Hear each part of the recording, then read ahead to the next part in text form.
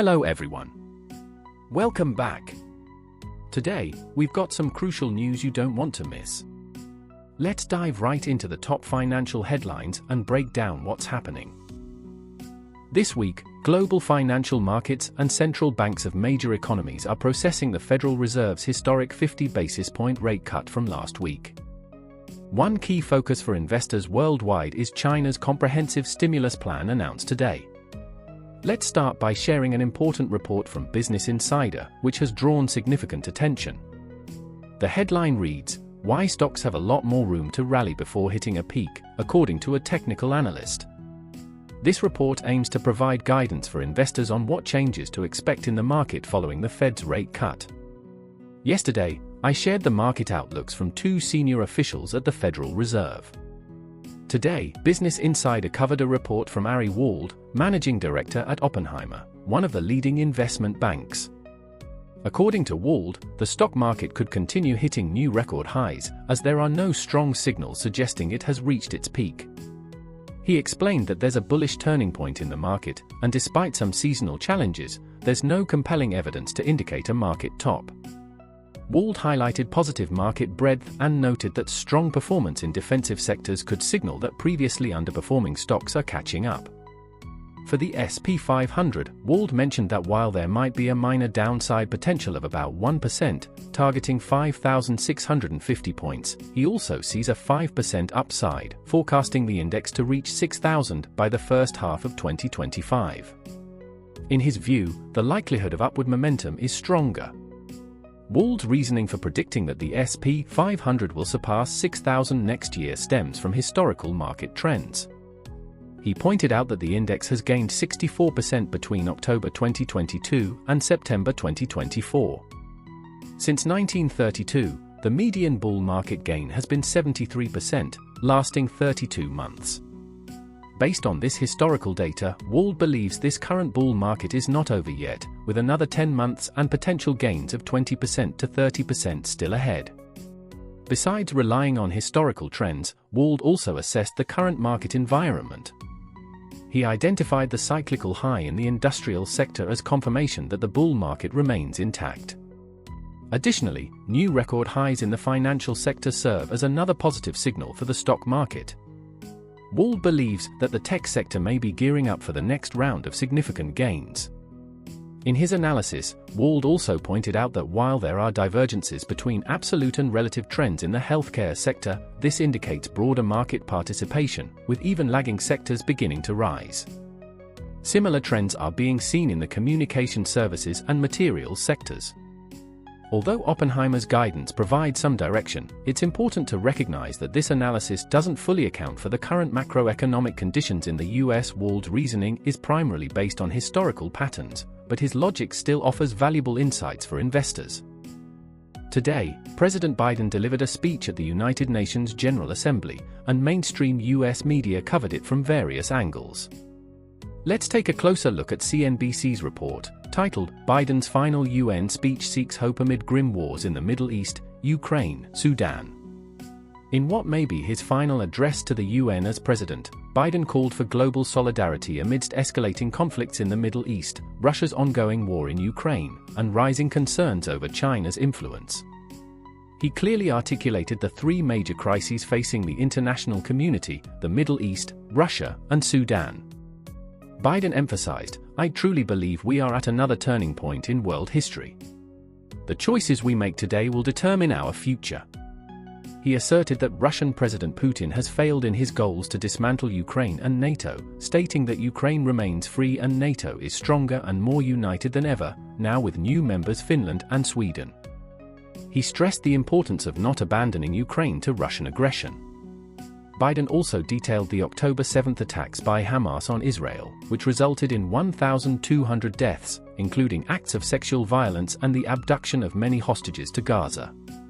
He acknowledged the dire situation for innocent civilians in Gaza amid Israel's retaliation and called for a ceasefire agreement. Biden pointed out that Gaza is not the only conflict deserving of outrage, highlighting the ongoing civil war in Sudan, where millions are on the brink of famine. In closing, Biden reflected on his decision to withdraw from the 2024 presidential race, stating, "Let us never forget that some things are more important than holding on to power. What matters most is your people. We are here to serve the people, not the other way around." The CNBC focused on Biden as a world leader delivering his last speech at the UN, emphasizing his diplomatic legacy. While he spoke about global interests, it's clear that individual nations prioritize their own interests, and Biden's speech also addressed his personal anxieties. Today's third report comes from The Guardian. It covers UK Prime Minister Keir Starmer's remarks, titled, "Keep the Faith," Starmer urges as he vows to build a new Britain. Reuters adds to the conversation with the headline, "UK Starmer appeals for patience as he presents vision of a brighter future."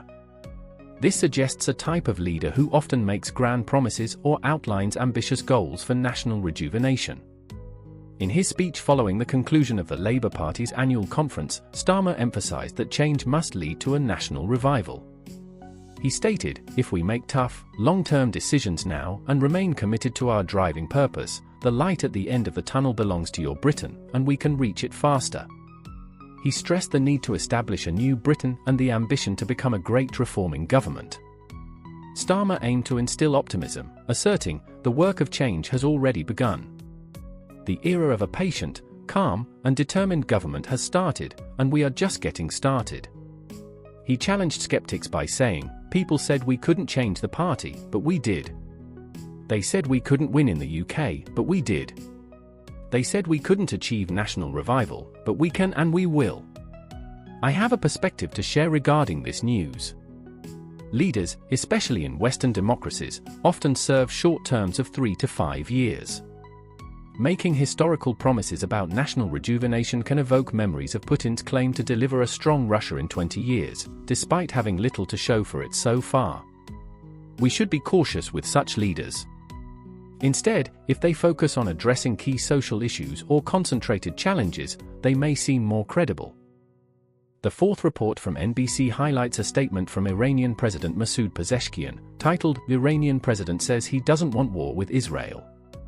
Pezeshkian, known as a moderate or reformist during Iran's elections, is currently in New York for the United Nations General Assembly and participated in an exclusive interview with NBC. In this interview, Pezeshkian articulated his governance philosophy, stating, "We do not want war, we seek a peaceful life. We do not wish to be the cause of instability in the region. No one benefits if a larger war breaks out in the Middle East." He accused Israel of attempting to escalate conflicts further. Pezeshkian also criticized the double standards of the US and Western nations, which condemn Iran for human rights issues while overlooking Israeli actions in Gaza. When asked about the possibility of a new agreement regarding Iran's nuclear program, he expressed interest in restoring the 2015 nuclear deal from which the US withdrew in 2018, rather than negotiating a new agreement. "Let's return to the first step," he said, suggesting that Tehran might consider new talks if all parties adhere to the original agreement. NBC pressed Pezeshkian on a contentious issue regarding the Houthi rebels in Yemen, who he previously stated should not attack ships in the Red Sea. Despite the rebels continuing their assault since he took office, Pezeshkian defended his earlier comments, arguing, "How can we ask them to refrain? They are trying to prevent genocide."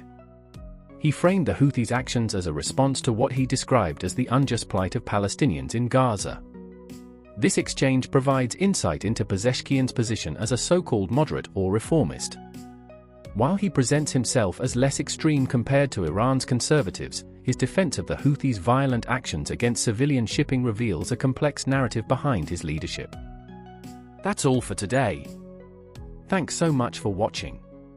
If you found this video helpful, don't forget to hit the like button and subscribe for more updates. I look forward to seeing you in the next one.